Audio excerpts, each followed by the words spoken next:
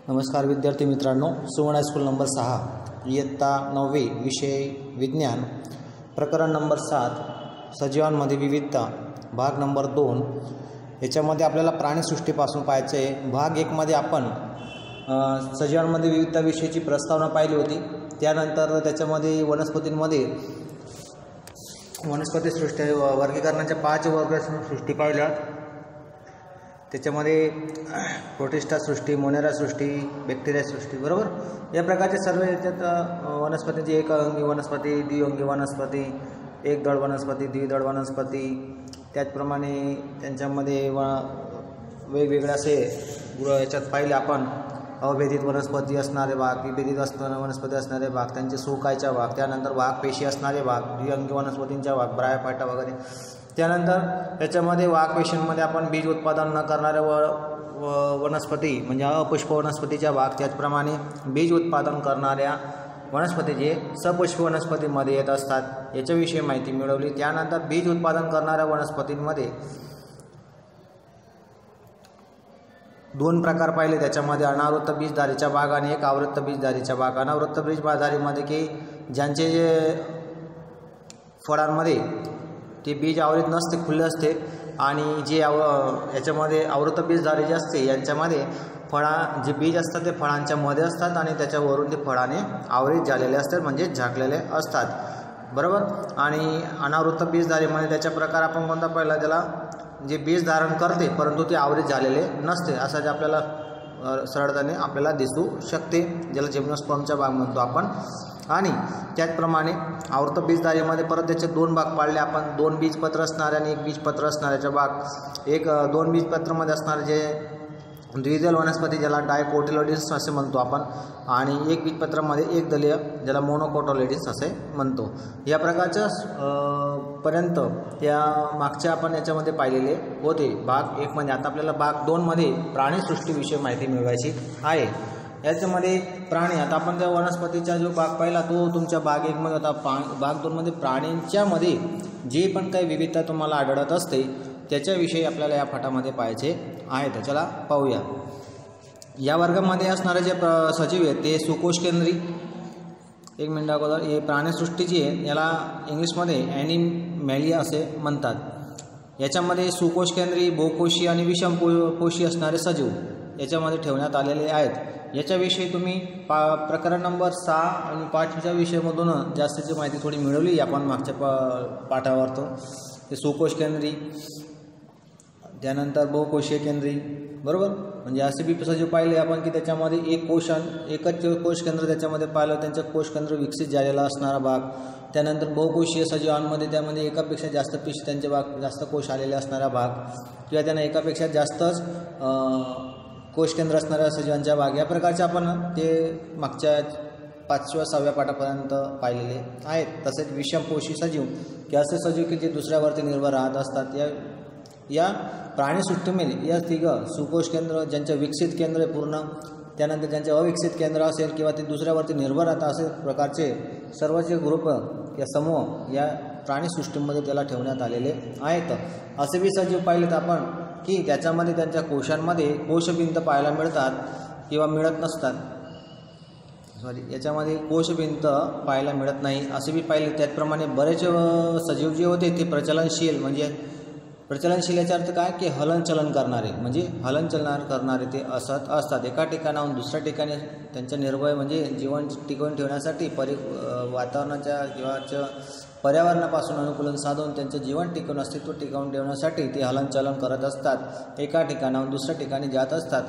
त्याचप्रमाणे शरीर रचना तसेच विविधीकरणाच्या आधारे त्यांचे पुढील वर्गीकरण करण्यात आलेले आहेत। त्याच्याविषयी आपण आता मिळायचे आहेत, पुढे पाहू। त्याच्यात पहिला जो भाग दिलेला आहे याच्यामध्ये छिद्रकायचा भाग। छिद्रकाय म्हणजे याला इंग्लिशमध्ये छिद्रकायचा अर्थ काय, त्यांना छिद्र असतात, काय असतात सछिद्र, म्हणजे त्यांच्या स्किनवरती सर्व छिद्र पाहायला मिळू शकतात। त्याला इंग्लिशमध्ये पॉरिफेरा, जेव्हा तुम्ही 10वी नंतर सायन्सच्या स्ट्रीममध्ये येणार त्यावेळेस त्यांना या छिद्रकायांना आपण तिथं छिद्रकाय नाही म्हणणार, त्याला पॉरिफेरा असा शब्द वापरला जाईल, ते तुम्ही लक्षात ठेवायचं। हे जे सजीव असतात ना ते स्थायू सजीव असतात, जे कोणत्याही एका आधाराशी चिटकून राहत असतात. तर संपूर्णपणे शरीर अनेक छिद्र पाहायला मिळत असतात. हे छिद्र काय शरीरामध्ये नलिका तंत्राशी जोडलेले असतात. म्हणजे त्यांच्या शरीराला काय असतात, छिद्र असतात. स्किन जी असते त्यांची, ज्यामुळे त्वचा जी असते त्या त्वचावर त्यांचे काय असतात, छिद्र पाहायला मिळत असतात. नलिका म्हणजे जो भाग असतो त्याच्यापासून ते चिटकून राहत असतात. यांच्या माध्यमाद्वारे शरीर ते काय करत असतात, तर छिद्रांद्वारे पाणी तसेच ऑक्सिजन किंवा अन्नाचे वहन पाहायला मिळत असते. नलिकासारखा जो बारीक असा भाग दिसेल त्याच्यामध्ये छिद्र म्हणजे काय, एक नलिकासारखा भाग तो जुळलेला असतो मध्ये शरीरात, आणि याच्याद्वारे ते पाणी ऑक्सिजन किंवा अन्नाचे वहन करत असतात. यांचे जे शरीर आहे ते कठीण आवरण तसेच बाह्य कंकाल तंत्राद्वारे झाकलेले असते. म्हणजे कठीण आवरण असतं त्याच्यावर बी, आणि परत त्याच्यात बाह्य कंकाल तंत्राद्वारे पण ते झाकलेले असतात. कठीण मजबूत कठणपणा भाग पाहायला मिळत असतो. त्याचप्रमाणे याची शरीर रचना जी आहे ती अत्यंत सरळ सुलभ असते. आणि जसे की याच्यामध्ये सामान्यपणे स्पंज म्हणजे स्पॉन्जीला या नावाने ओळखले जात असतात. ते जास्त करून ते कुठं पाहायला मिळतील, तुम्हाला समुद्र किनाऱ्यावरती पाहायला मिळतील. कुठं पाहायला मिळतील, समुद्र किनाऱ्याजवळ. तुम्ही ज्यावेळेस बीचवरती किंवा समुद्र किनाऱ्याजवळ जाणार तर त्यावेळेस तुम्हाला या प्रकारच्या सजीवांचं निरीक्षण करायला पाहायला मिळू शकते. हे जे समुद्र किनारा जो आहे तो त्यांचं काय आहे, निवासस्थान आहे. एखादंच तुम्हाला साधारण एक मार्गाचा प्रश्न जर विचारला कोणी की एक जे छिद्र काही सजीव जे आहेत त्यांचं निवासस्थान कुठं असतं, तर समुद्र किनाऱ्याजवळ असतं असं ते तिथं म्हटलं जाऊ शकतं. याच्यामध्ये उदाहरणं म्हणून सायकॉन आहे, युप्लेक्टेलिया आहे, स्पॉन्जिला आहे, हे सगळे तुम्हाला या आकृतीत खाली दिलेले आहेत. तर त्याचप्रमाणे हे तुम्ही ज्यावेळेस समुद्राच्या भागाजवळ जाणार त्यावेळेस हा युप्लेक्टियाचा भाग या प्रकारच्या सजीवांचा भाग किंवा हा तुमच्या सायकॉनचा भाग असेल, या प्रकारच्या सजीवांचा भाग तिथं तुम्हाला आढळू शकतो समुद्राच्या किनाऱ्याजवळ. तर त्या ठिकाणी तुम्ही पाहू शकतात. परत स्पॉन्जिला या प्रकारचे दिसतोय. या ठिकाणी दिसत आहे तुम्हाला छोटे छोटे छिद्र दिसत आहेत. हे छिद्र दिसत आहेत. हे सगळे काय त्याच्या त्वचेवरती काय आहेत, हे सगळे काय आहेत, छिद्र दिलेले आहेत. हे सर्व डॉट डॉट डॉट दिसत आहे तुम्हाला. हे सर्व त्याचे काय आहे, छिद्र आहे. याच्याद्वारे काय करत असतात, ते पाणीचे वहन करत असतात. त्याचप्रमाणे पोषक तत्व जे असतील ते अन्नाचे वहन बरोबर, किंवा श्वसन यासारखे जे क्रिया आहेत ते याच्याद्वारे, या छिद्रांद्वारे, हे जे छिद्र आहेत काय छिद्र आहे, ठीक आहे, याच्याद्वारे ते पाणी वहन करत असतात. हे तुम्ही इथं लक्षात ठेवायचं आहे. त्यानंतरचा भाग दिलेला आहे खाली. दुसरा जो भाग येतो कोष्ठांत्रीचा भाग आहे. हे जे प्राणी असतात ते जलीय निवासात असतात. जलीय निवासात याचा अर्थ काय झाला, ते पाण्यामध्ये आढळतील तुम्हाला. कुठं, पाण्यात. शरीर रचना पेशीय स्वरूपामध्ये पाहायला मिळत असते. पेशीच्या स्वरूपात पाहायला मिळते. त्यांच्यामध्ये देहगुहा असते बरोबर. हे सर्व काय आहे, त्याचे कोष्ठांत्री सजीवांचे लक्षण असा प्रश्न विचारला जातो. तर त्यावेळेस तुम्ही हे सगळे काय दिलेले आहेत याला अंडरलाईन करून ठेवायचे तुम्ही. कोष्ठांत्री याला इंग्लिशमध्ये सिलेंटराटा असे म्हणतात. त्या ठिकाणी आपण इथं सिलेंटराटा असे म्हणतात.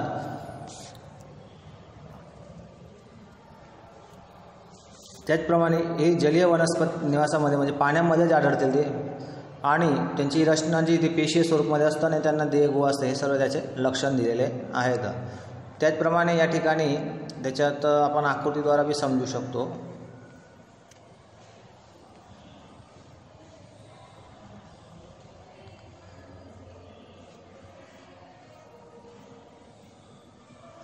या ठिकाणी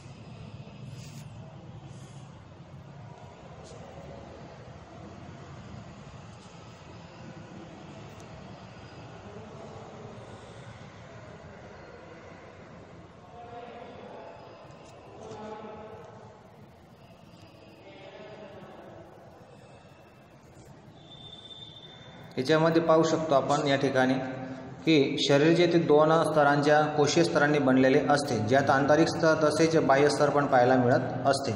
कित्येक जाती याच्यामध्ये समूहामध्ये किंवा वसाहतीच्या स्वरूपात राहतात, म्हणजे सजीव ते जलामध्ये असतात परंतु समूहामध्ये ते तुम्हाला आढळतील किंवा वसाहतीच्या स्वरूपात आढळतील. जसे की याच्यामध्ये प्रवाळ दिलेलं आहे, प्रवाळ तुमच्या इथं दिलेलं आहे. कित्येक जाती एकाकी पण असतात, एकच प्रकारच्या जातींमधून दुसरी जाती निर्माण होत असतात, असे विभाग असतात. जसे की हायड्रा असेल किंवा जडव्याड असेल, या प्रकारचे भाग. हायड्रा तसेच समुद्रफूल किंवा जेलीफिश हे त्याचे उदाहरणं दिलेले आहेत. हे सर्व त्याचे काय आहेत? लक्षण आहेत. काय हे लक्षण दिलेले आहेत. लक्षण हे तुम्ही तुमच्या प्रश्न जर आला तर त्यावेळेस तुम्ही याच्यात लिहू शकतात. त्यानंतरचा भाग आहे त्याची आकृती पाहून घ्या. या ठिकाणी दिलेला आहे. हा काय दिलेला आहे? हायड्रा दिलेला आहे. हा हायड्रा दिलेला आहे. याला हायड्रा म्हणणार आपण. पहिली जी आकृती दिलेली ती हायड्राची आकृती आहे. या ठिकाणी हायड्रा. ठीक आहे. हा जो भाग आहे त्याच्या स्पर्शक म्हणून आहे. काय आहे? स्पर्शक दिलेला आहे. त्यानंतर हा जो भाग आहे त्याच्या डंककोश. इकडून तो त्याचे काही ग्रहण करायचं असेल त्याला ग्रहण करू शकतो, काही एक डंक मारू शकतो. हा जो सेंटरमधला त्याचा भाग दिसतोय तुम्हाला, हा काय दिलेला आहे? त्याच्यात तोंड दिलेलं आहे. काय? तोंड. त्यानंतर हा जो वरचा जो भाग दिलेला आहे त्याच्या या ठिकाणी, हा काय? त्याच्या अधिस्तर मध्य श्लेष्म, इथं चिकणं असा पदार्थ त्याचा भाग पाहायला मिळू शकतो. आणि हा मधला जो भाग दिलेला आहे या ठिकाणी, हा त्याच्या काय? कोष्टीय त्वचाचा भाग दिलेला आहे. आणि ही सेंटरमध्ये असलेली एक गुहासारखा जो भाग दिसतो ती कोष्टांतरी गुहा म्हणून दिलेली आहे. त्याचप्रमाणे हा समुद्र फूल जो दिलेला आहे याच्यामध्ये ह्या सेंटरमध्ये काय दिलं आहे? स्पर्शकचा भाग दिला. याच्याने ते त्याची क्रिया करत असतात. हे सर्व कुठं पाहायला मिळतात? तुम्हाला समुद्राच्या पाण्यामध्ये पाहायला मिळू शकतात. त्यानंतरचा भाग दिलेला आहे तुम्हाला पृथ्वकृमी. पृथ्वकृमी.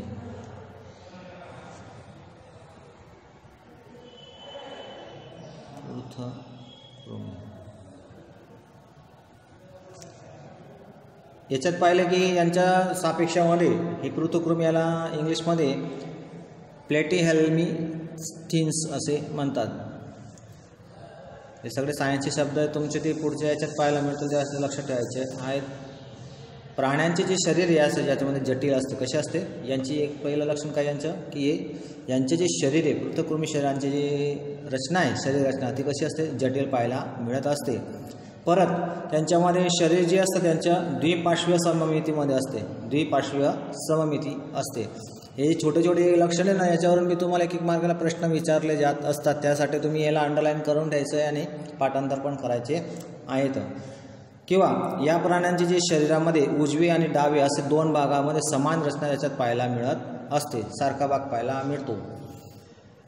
जसं आपल्यामध्ये कसं आहे की एक उजवा आणि डावा हात सारखा दिसतोय तुम्हाला, तर त्याप्रमाणे याच्यामध्ये विकासात 2 भाग पाहायला मिळत असतात.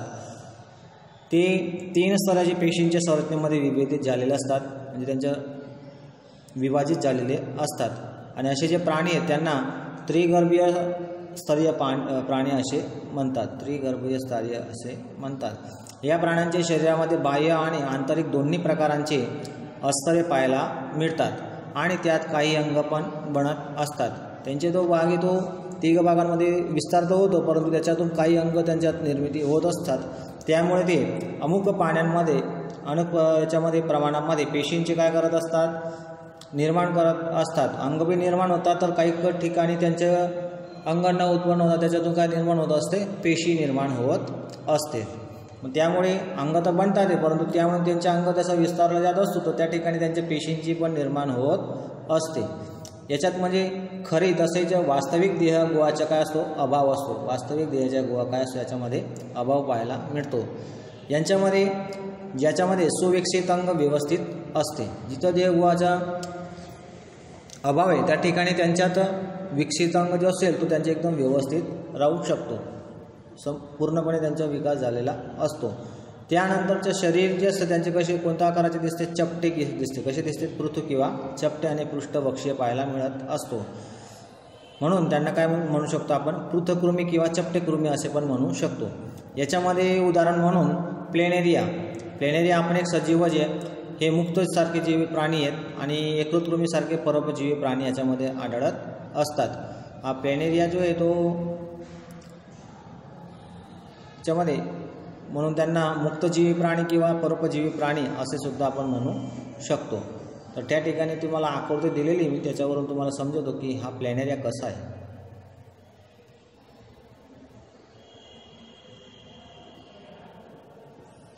पहिली जी आकृती दिलेली याच्यामध्ये प्लॅनेरिया, ही प्लॅनेरियाची आकृती. मग डोळे हे वरचे जे भाग दिसतात तुम्हाला, हा भाग हा काय दिसतोय तुम्हाला, डोळ्याचा भाग दिसतोय. आता याच्यामध्ये पाहून घ्या,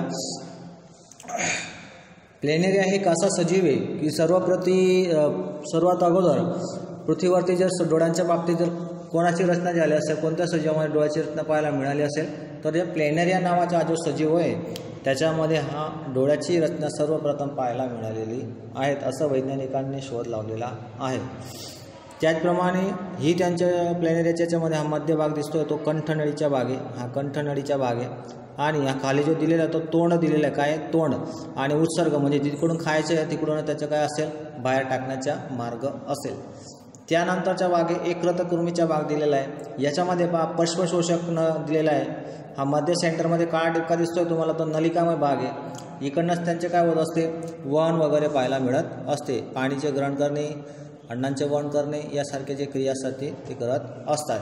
तिसरी जी आकृती दिलेली आहे पट्टी क्रीडा दिलेला भाग आहे. एकदम चप्पट आकाराचा भाग दिसतोय.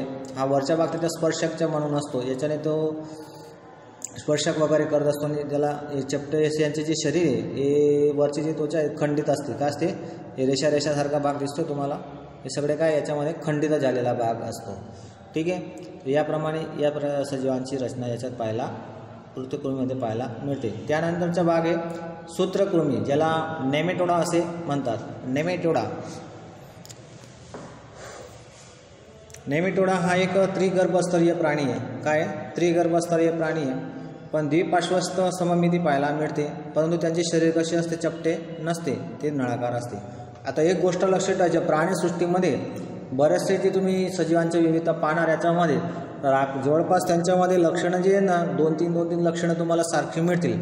परंतु त्यांच्यामध्ये जी विविधता जी असेल ती कशावरून वेगळी पडते, की शरीराच्या आकारावरून वेगळं पडते आणि त्यांच्या राहणीमानावरून त्यांच्या वेगळेपणा किंवा विविधता त्याच्यामध्ये आढळत असते. अमुक लक्षणं जे ते सारखे जरी असले परंतु शरीर रचना असेल किंवा त्यांचं राहणीमान जे असेल त्याच्यावरून ते वेगळे पडत असतात. ही काय असतं, मग त्यांच्या विशिष्ट लक्षणं असतात. मग हे जे याच्यामध्ये हा पण त्रिगर्भस्तरीय प्राणी, द्विपार्श्व सममिती पाहायला मिळते. परत त्यांचे शरीर कसे ते पृथ्वीकृमीसारखे चपटे पण दिसत आहेत, चपटे नाही आहे. आता हा भाग पहा, त्यांची जरी शरीर द्विपार्श्वस्थ सममिती आणि त्रिगर्भस्तरीय ती बी त्रिगर्भस्तरीय होते, परंतु त्याच्यात आकार कशावरून पडलेला आहे, आता आकार त्यांचा चपटा असतो. काय असतो, चपटा नसतो. याच्यामध्ये त्यांचा आकार जो असतो तो चपटा नसतो आणि पृथ्वीकृमीमध्ये जो होता तो चपटा होता. तर इथं काय तो चपटा नसतो, हे इथं लक्ष ठेवायचे आहेत. कारण आता याच्यामध्ये यांचा जो आकार आहे तो पृथ्वीकृमीमध्ये चपटा होता, तर इथं सूत्रकृमीमध्ये काय आहे, नळाकार आहे. काय नळाकार पाहायला मिळतो आहे, हे या ठिकाणी लक्षात ठेवायचे आहे. त्यानंतर त्यांची जी देहगुहा जी होती ती देहगुहा याच्यामध्ये पाहायची आहे. या देहगुहाला कूट देहकोष्ठक किंवा आभासी शरीर गुहा असे म्हणतात. ही याच्यामध्ये काय पेशी पाहायला मिळत असतात. अंगतंत्र जे ते संपूर्णपणे विकसित यांचे नसतात. ज्या ठिकाणी पाहून घ्या शरीरगुहा आहे त्या ठिकाणी पेशींचा भाग तुम्हाला पाहायला मिळू शकतो आणि ज्या ठिकाणी त्यांच्या अंगतंत्र जर विकसित म्हणजे त्यांच्यामध्ये अंग जर असेल तर अंग त्यांच्या विकसित झालेला असतो त्या ठिकाणी पेशींचा अभाव थोडा कमी पाहायला, शरीरगुहाचा भाग जो असतो तो अभाव असतो, अविकसित असतो. त्यानंतर त्यांची शरीर रचना पण काय असते, त्रिगर्भस्तरीय असते, जे झालेलं असतात बरोबर, आणि 3 भागामध्ये झालेले असते. त्यानंतरचा भाग या प्रकारचे जे सजीव आहेत ते कसे परोपजीवी आहे, बहुधा परोपजीवी असतात. परोपजीवी म्हणजे काय, ते दुसऱ्यावरती आधार ठेवून ते त्यांचे जीवन टिकवत असतात, म्हणून ते परोपजीवी सजीव आहेत. त्यानंतरच्या याच्यात पुढे पहा की यांची जी शरीर रचना जी असेल परोपजीवी असल्यामुळे ते दुसऱ्या प्राण्यांमध्ये रोग उत्पन्न करत असतात. हे परोपजीवी आहेत, दुसऱ्या ते निर्भर ठेवतात, मग त्यांच्यामुळे ते दुसऱ्या इतर सजीवांना काय होतो, त्रास होतो, रोग उत्पन्न करत असतात. जसे की गोलकृमी आहे, हत्ती रोगाच्या कृमी. आता हत्तीरोगीच्या उकेरेरिया. आता इकडे पहा, गोलकृमी, हत्ती रोगाच्या कृमी असेल, कृमी ॲस्कॅरिक्स, कित्येक असे उदाहरण याच्यात दिलेले आहेत. आता हे परोपजीवी जे भाग आहे, ठीक आहे. आता हत्ती रोग, आपल्या एखाद्या माणसाला आपल्याला हत्ती रोगाचा रोग झालेला असं आपण म्हणतो, पण त्या रोगामुळे काय आहे, तो सजीव वेगळा आहे, पण त्याच्यामुळे कोणाला त्रास झाला, मानवाला त्रास झाला. म्हणजे हा काय झाला, याचा अर्थ की ते परोपजीवी तर आहेत, दुसऱ्यावरती निर्भर तर ठेवतात, ते खायला तरी जातात त्यांच्या शरीरांना, परंतु याच्यामुळे त्या समोरचा जो सजीव असेल तर त्या सजीवाला तो रोग होऊ शकतो. म्हणजेच त्या परोपजीवी असल्यामुळे तरी ते दुसऱ्या प्राण्यांमध्ये काय करतात, ते रोग उत्पन्न करतात. आता हत्ती कृमी कृमीचं नाव काय असं जर परीक्षेत विचारलं तर उकेरेरिया, त्यावेळेस तुम्ही लक्षात ठेवायचं आहे, ठीक आहे. आणि दुसरा जो कृमी आहे ॲस्कॅरियस, याच्याविषयी लक्षात ठेवायचे आहे, कारण की याच्यावरून मी प्रश्न विचारत असतात. ते खाली आकृती पाहून घ्या, या ठिकाणी दिलेला आहे तुम्हाला कृमीमध्ये. हा जो कृमी दिसतोय तुम्हाला, एक हा मोठा जो भाग दिसतोय हा मादाचा भाग आहे. कसला आहे, मादा. आणि हा छोटा जो भाग दिसतोय तो नरचा भाग दिलेला आहे. तर उकेरिया, हा उकेरिया काय आहे, हत्ती रोग कृमी.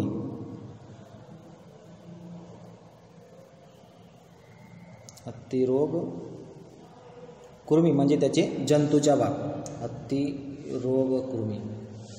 आलं लक्षात, हे तुम्ही खास लक्षात ठेवायचे आहेत, बरोबर. या प्रकारची रचना त्याच्यात पाहायला मिळत असते.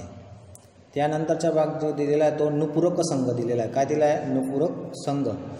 हा नुपूरक संघ जो आहे, याच्यामध्ये नुपूरक प्राणी किंवा द्विपार्श्व सममिती जसे त्रिगर्भस्तरीय पाहायला मिळते. त्यांच्यात खरी शरीरगृहादेह पण पाहायला मिळत असते. त्याच्यात असल्यामुळे त्यांच्यात खरी अंग, त्यानंतर शरीररचनेत निर्माण पावत असतात. ते पहा, द्विपार्श्वस्थ सममिती पाणी आणि त्रिगर्भस्तरीय पाणी. हे पहा, मागचे जे आपण दोन पाहिले त्याच्यामध्ये सुद्धा काय द्विपार्श्वस्थ होते, सममिती होती, आणि त्रिगर्भस्तरीय पाणी पण होते. त्यांच्यामध्ये शरीरदेह पण पाहायला मिळाला होता, आणि त्यांच्यात खरी अंग आणि शरीर रचनात निर्माण पावतात. त्यामुळे हे अमुक असे 2-3 लक्षणं आहेत की ती त्यांच्यात मॅच होतात सर्वांमध्ये, परंतु त्यांचे जो शारीरिक विकास जो असतो त्याच्यावरून ते वेगळे पडत असतात. शरीर रचना निर्माण पावतात, त्यामुळे अंगांमध्ये व्यापक भिन्नता असते. भिन्नता म्हणजे त्यांच्यात विविधता पाहायला मिळत असते. शरीरांच्या डोक्यापासून तर शेपटीपर्यंतचा भाग, डोक्यापासून तर शेपटीपर्यंतचा भाग एकानंतर एक खंडाच्या स्वरूपामध्ये हजर असते. नुपूरक हे कुठं पाहायला मिळतील, या प्रकारचे नुपूरक गटातले जे सजीव आहेत त्याला गोड पाणी, जे पिण्याचे पाणी वगैरे असतील त्या ठिकाणी, त्यानंतर समुद्राच्या पाण्यामध्ये, तसेच स्थलज प्रकारच्या वसाहतीमध्ये ज्या ठिकाणी पाण्याचा भाग थांबून राहिला असेल अशा ठिकाणी हे नुपूरक संघाचे जे सजीव आहेत त्याच्यामध्ये पाहायला मिळत असतात. त्यानंतरच्या याच्यामध्ये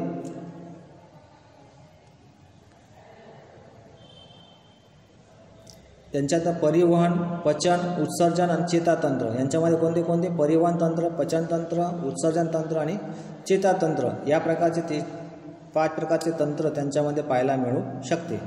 त्याच्यात उदाहरणार्थ आहे गांडूळचा भाग आहे किंवा रेतीकिडा ज्याला गोम म्हणतो आपण, आणि एक जळूचा भाग आहे. तर गांडूळ आपल्याला माहिती आहे की आपल्या याच्यामध्ये शेतीमध्ये तुम्हाला पाहायला मिळतो जिथं ओला भाग असेल. आणि गांडूळ कसं आहे,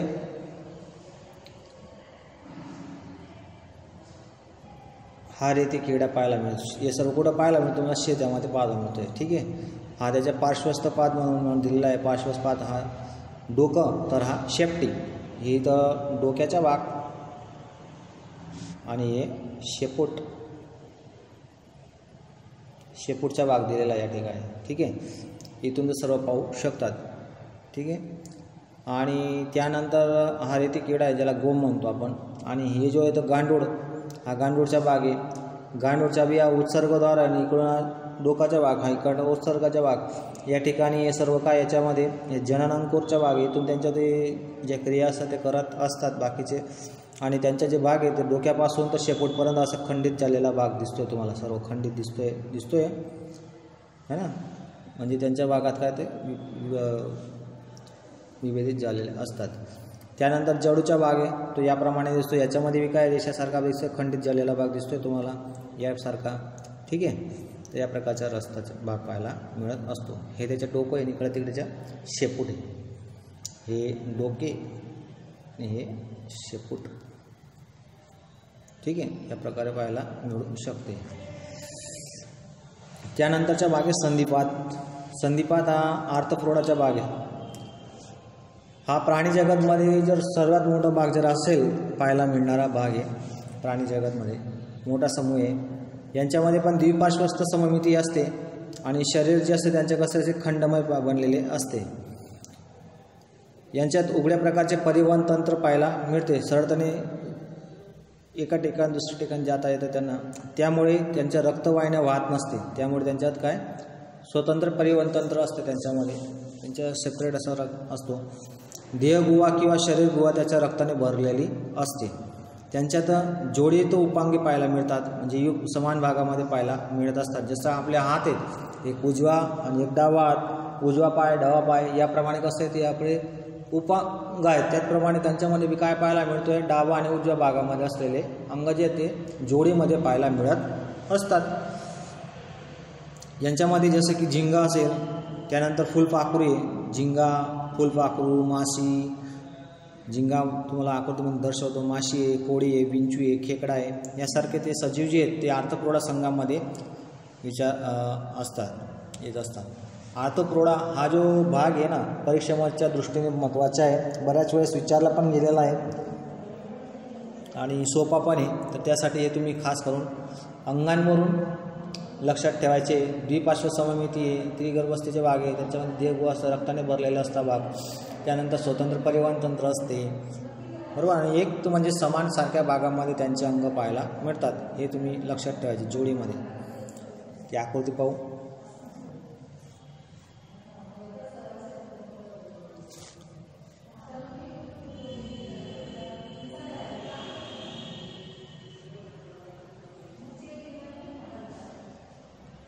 या ठिकाणी पहा झिंगा आहे. याच्यामध्ये याला इंग्लिशमध्ये पेलिमोन म्हणतात. हे पहा याच्या कसं खंडित असलेला भाग दिसतोय ना तुम्हाला.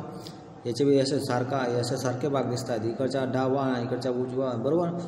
हे सगळे काय त्यांचे समान भागामध्ये वाटलेले असतात. विंचूचा भाग आहे. विंचूमध्ये बी खंडित असलेला भाग दिसतोय तुम्हाला. इकडे बी पाय, इकडे बी त्याच्या इकडे बी किती 4, इकडे बी त्याचे किती 4 वाय दिलेले आहेत. इकडचा बी सारखा भाग, हा बी सारखा भाग त्याच्या. त्याचप्रमाणे कोळीचा भाग आहे. कोळीमध्ये बी हा पाय, इकडे हा सारखा भाग दिसतोय तुम्हाला. इकडे बी पाय त्याचे सारखे दोन इकडे दिसत आहेत तुम्हाला. ठीक आहे. आणि त्याच्यामध्ये रक्ताने भरलेली गुहा असते. ठीक आहे. झिंगा आहे आपला जुरडमध्ये बी कसं आहे असे त्याचे असे कल्ले असतात. त्यानंतर त्याचे पंख, इकडे बी 2 पंख, इकडे बी 2 पंख झाकलेला इकडे बी त्याचे 2 उपांग इकडं, बरोबर. याप्रमाणे त्यांच्यामध्ये आणि खंडित झालेला भाग पाहायला मिळतोय. ठीक आहे. आणि माशींमध्ये बी इकडे बी पंख एक आहे, इकडे बी पंख एक, इकडे बी 2 पाय, इकडे बी 2 पाय, इकडे बी 1 हात, बरोबर. इकडे 2, इकडे 1 डोळा, इकडे 1 डोळा. हे सगळे काय समान भागामध्ये पाहायला मिळत आहेत. आणि फुलपाखरूमध्ये बी त्याचप्रमाणे रचना पाहायला मिळत असते.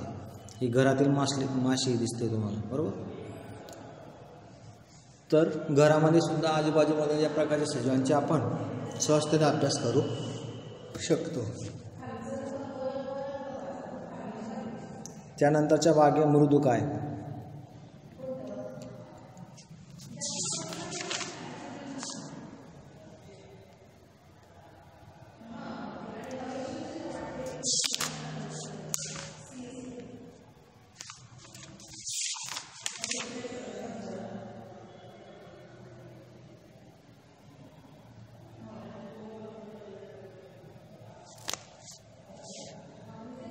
तर यामध्ये आपण शेवटी आता पार्ट 2मध्ये एवढ्यापर्यंतच पाहू. पार्ट 3मध्ये आपण पुढच्या भागामध्ये पाहणार आहेत. 3ऱ्या भागामध्ये त्याच्यामध्ये मृदुकायचा भाग असेल, प्राथमिक मेरुदंडी असलेला भाग, मत्स्यामध्ये असणारे भाग, तसेच उभयजीवी विवेक भाग, सरीसृप भाग या प्रकारचा भाग जो आहे तो आपण 3ऱ्या भागामध्ये शिकणार आहोत. याच्यामध्ये खास करून जे सर्व लक्षणे आहेत ते तुम्ही खास पाठांतर करून ठेवायचे. वहीमध्ये वाटल्यास एक रफ नोटबुक बनवू शकतात.